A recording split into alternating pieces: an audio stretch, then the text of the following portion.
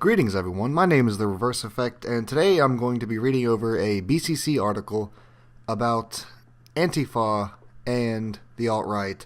And I do apologize in advance because I am not feeling all too well, but I'm reading over this article because I feel like it's representative of the political climate that we are in right now.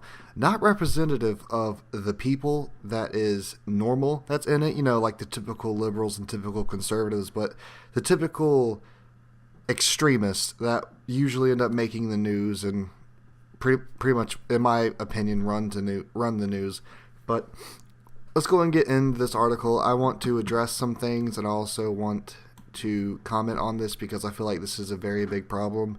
And in case you guys don't know, Antifa is the incredibly far left extremist group. They are the ones that I don't want to say burn down Milo Yiannopoulos' event, but they definitely did riot, set things on fire, break into buildings. They're also the ones that broke into buildings and set the limo on fire at the Trump inauguration.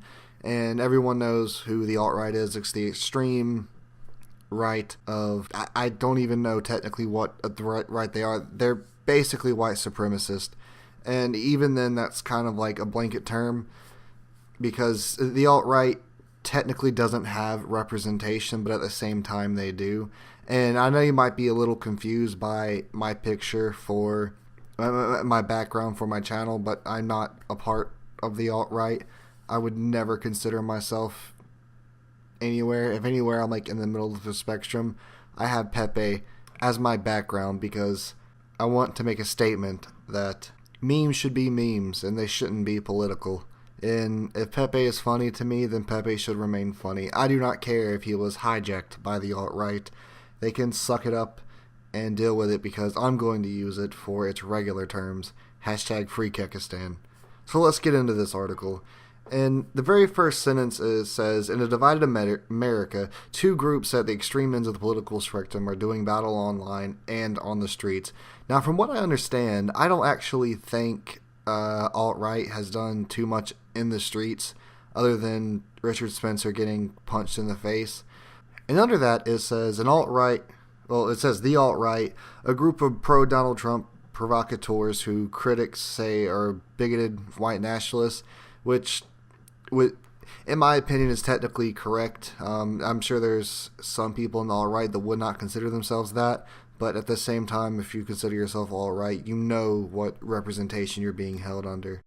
And the next paragraph is something that kind of pisses me off a little bit because, like, I know the BCC is biased just like every other media source, and that's something I have a major problem with. But the way they describe Antifa is completely ludicrous to me. Like, a movement from the 1930s in Europe that's had a low profile in much of the intervening period. Now, recent surge of nationalist movements across the globe is giving it a new enemy to fight, as if they're some sort of great entity to fight against civic nationalism and quote-unquote fascism as to what they're supposedly fighting against. And they claim them to be activists when they actively go out and they literally set fire and punch Trump supporters and they harm other people for political motives. And as we all know, that is deemed as terrorism. They are a terrorist group. Even if Donald Trump hasn't recognized them as a terrorist group, that is what they are, a terrorist group. And the fact that this article is completely ignoring that pisses me off, but I'm going to get to my point in a little bit. In the next part of the article, it explains Richard Spencer getting punched by a masked man, most likely Antifa. I haven't looked into that 100%.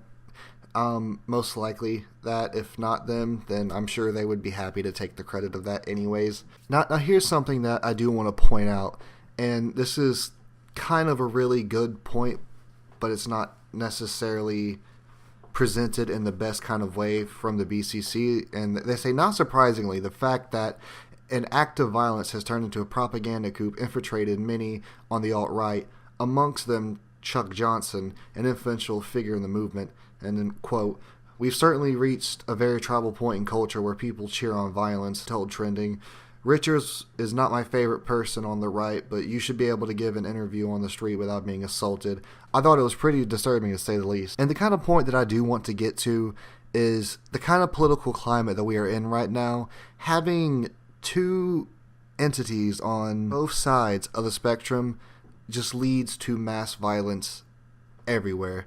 Believe it or not, having anti-fascists and supposable fascists fighting one another leads to terrorism. And, I mean, you've seen stories of people saying that, oh, right-wing terrorism is more predominant than left-wing terrorism. And no terrorism, should be permitted under any circumstances. If anything is politically motivated to go out and attack another human being, it's immediately wrong. You are on the same level as ISIS, in my opinion. And basically, I just want to say that we're at the point right now to where we can somewhat stop this before it gets bad. Antifa is already out committing crimes, attacking people, spraying them, and we don't need the alt-right to come out and do the same thing against them in the name of just going against them. We have two incredibly cultivist mentality people willing to go one-on-one, and I honestly think that it will get to the point where they are attacking one another and just random people on the streets just to prove a political message. And the point where we're at right now, I think we can avoid, and if you ever heard of this, it's the years of lead. The phrase years of lead represents political conflict in Italy several years ago between the far left and the far right that got incredibly out of control. And as of right now, I think it represents the beginning of what that was, because you had, I believe at first there was people that was in complete support of the right that was committing terrorist activities, and then obviously you had people on the left that's like, no, you can't do this, and they started committing terrorist activities, and the people on the right just went absolutely crazy and decided to just start bombing tons and tons of people. Hundreds of people were killed, possibly thousands. I'm not 100% fully researched on this, but it's really something to look at and learn about. And I think looking at our political climate at the moment, you can see the start of that to begin. And of course, in this day and age, we have the internet, and the methods of battling one another, per se, is different. Like this article talks about doxing, which is something that only pussies use to begin with. And it's a common, it states in the article that it's a common tactic used by the alt-right and Antifa, and it's been something that's happened to pretty much everybody. I mean, like feminists, other big YouTubers. If you have a negative opinion against these people, they're going to use that against you, and they're going to dox you, get your information out there. And I think that leads a quicker road for them to attack one another and possibly other people, because let's just say Antifa wants to go out and, per se, attack the alt-right, but they're getting their doxing information from a faulty source. Now, all of a sudden, you have all these pissed off neo-communist Molotov cocktailing people's neighborhoods, homes, cars, whatever, and at any point in time, it could go to a bloodbath. And also in this article, it's stated, at the same time, they don't like doxing when it happens to them, which is such an obvious fucking statement to say. And to go back up to a previous quote, it says, Johnson defending the doxing of the Washington protesters to BCC trending. I don't have an issue with accused criminals having their addresses published, he says. I don't think it's a problem. Now, this is something that I have a major issue with, because I feel like the media is completely perpetuating the amount of shit, the shitstorm that is going on throughout the world. Every amount of rage and hate people feel towards a certain subject is generated by the media through this outrage culture. And if you're not familiar with that term, it's basically someone can make an issue out of something that's pretty much a non-issue. And if it is a real issue, then outrage is justified, but there's a lot of times when it's not. And that's basically what outrage culture is. It's making non-issues out of something to the point just to get people pissed off. And the thing, I see a lot of people constantly attacking leftist media for about it, and I have to agree to an extent, because yes, they are horrible for it, but I also see it on the right. But lately, obviously since Donald Trump is president, it's far worse for the left. You constantly see articles that's like, what could happen to this under Donald Trump's control? What could happen to this under Donald Trump's control? And they constantly misrepresent things, such as the Muslim ban, quote unquote, which was really just a travel ban. That leads to people getting more and more mad, more and more divided, more and more developed into their own ideologies, to the point to where they no longer differentiate between reality and what they're reading on their Facebook wall. And it's really easy to go on and look at a BBC article about the alt-right and just throw everyone that is a conservative into the alt-right category, say everyone's neo-Nazis, especially when there's leftist media specifically pushing that. And it's easy to go on, I don't have any evidence of Fox News saying this, but it's easy to go on Fox News and see Fox News perpetuating that everyone on the left is commies. And you can blame the divide on Obama, you can blame the divide on Trump, you can blame the divide on, hell, Hillary Clinton, if you want to go down that road. It doesn't matter, because the divide is being created by the people who are ignorant, and they're so consumed with their own ideologies. And instead of people being in the middle where people should be, people are no longer centralist, they're rather super left-leaning or super right-leaning, and the people that are in the middle are constantly faced with so much judgment.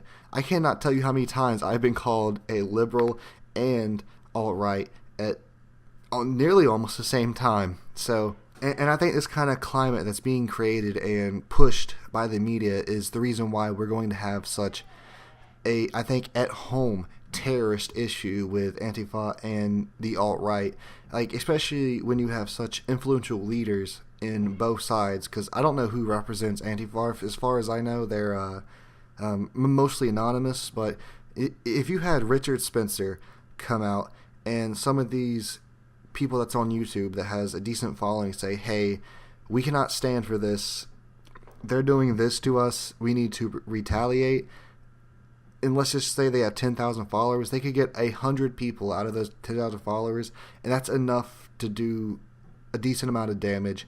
And I'm basically making this video to say we need to tread lightly with this. I think we need to, instead of attacking one another, like, you know, like somewhat of like a hippie message I'm about to give you, we should probably attack the media for making all of this way worse than what it actually is. And of course, it's not completely the media's fault, because they're doing this stuff online in their forums and doxing one another and doing so forth. But we should take active procedures to stop this before it gets out of hand. We cannot have radical fascist and radical communists going at one another in the middle of our country, because eventually it's going to get so bad that some people is just going to have to pick a side, and we don't need to be reduced to that kind of activity in our country. But that is just something to think about. If you have any comments, make sure you leave it in the description below. I made this channel like a while ago to like make a lot of videos, but I kind of got sidetracked with school and stuff. So I'm gonna try and post more, because I've been seeing a lot more shit that I really disagree with. And just leave a like if you agree, dislike if you disagree, and tell me why. And if you want to follow along and listen to some of my opinions, then hit that subscribe button. Thank you guys, and peace out.